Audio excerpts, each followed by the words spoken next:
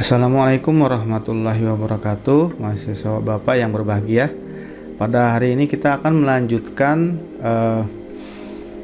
materi mengenai Atlas T.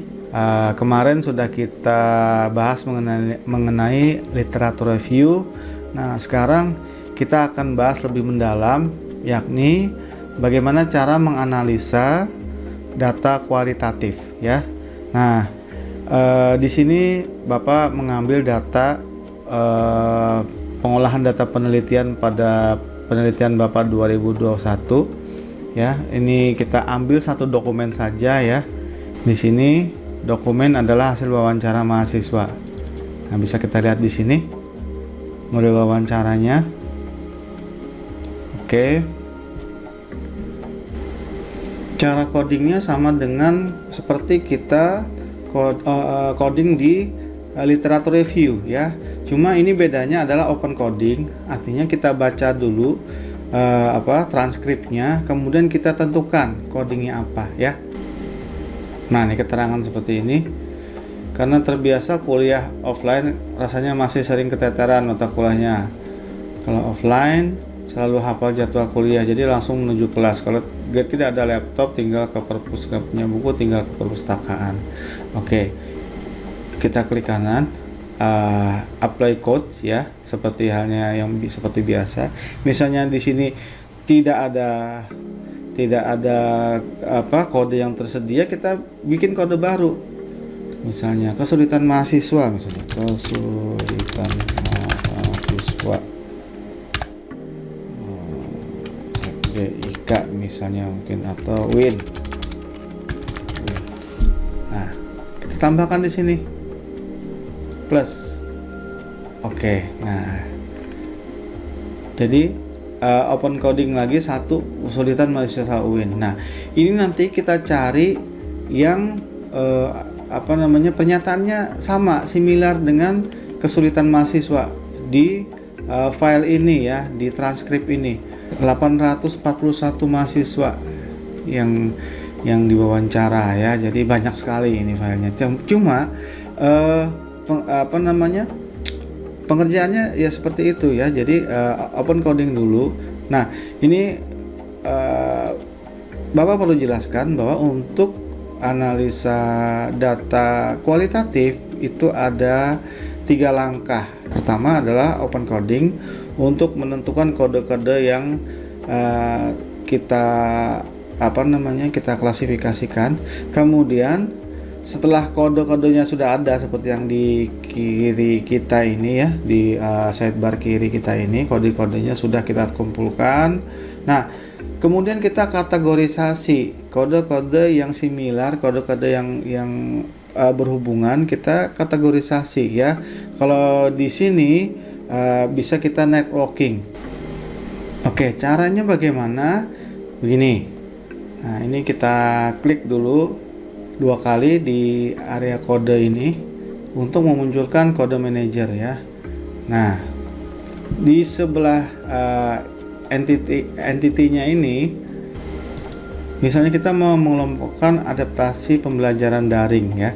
Adaptasi pembelajaran daring itu bisa kita pilih belajar aplikasi baru, kemudian fleksibilitas perkuliahan, nah, kemudian kebiasaan kuliah offline.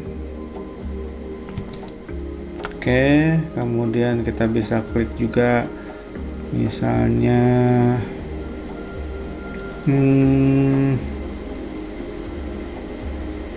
media belajar. Oke, jadi ada beberapa. Kemudian kita klik kanan, open network, ya. Nah, apa gunanya open network di sini?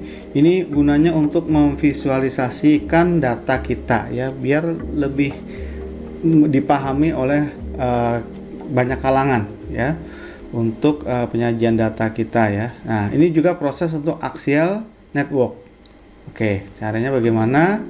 Ya sudah, kita coba di sini ada media belajar, kemudian kebiasaan kuliah offline, kemudian fleksibilitas kuliah, dan belajar aplikasi baru. Nah, ini kita bisa berikan judul adalah adaptasi perkuliahan online.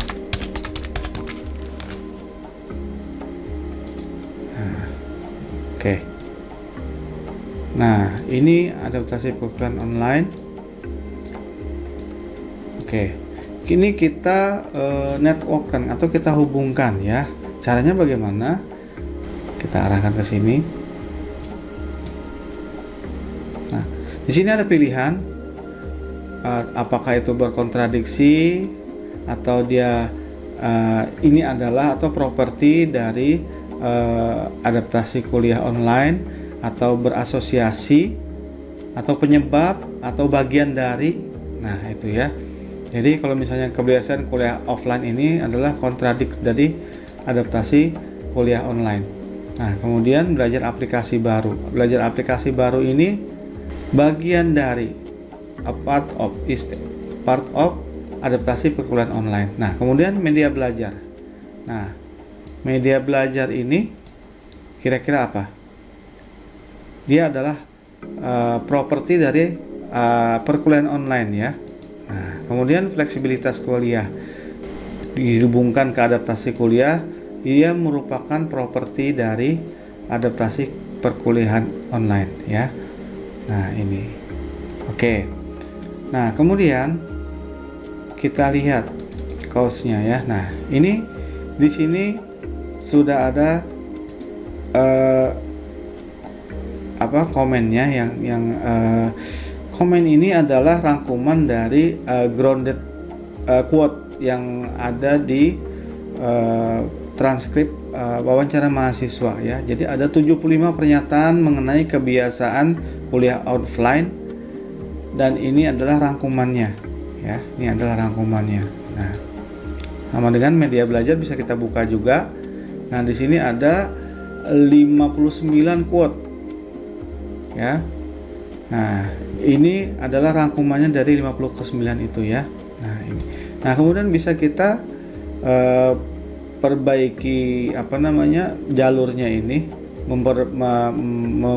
memperindah jalurnya, bisa kita pakai routing seperti ini. Nah, sini ya, klik di sini. Nah, di sini kita sudah mendapatkan axial code dari adaptasi perkuliahan online dari satu kategori ya, satu kategori adaptasi perkuliahan online. Nah, oke, sampai di sini dulu untuk penjelasan kali ini.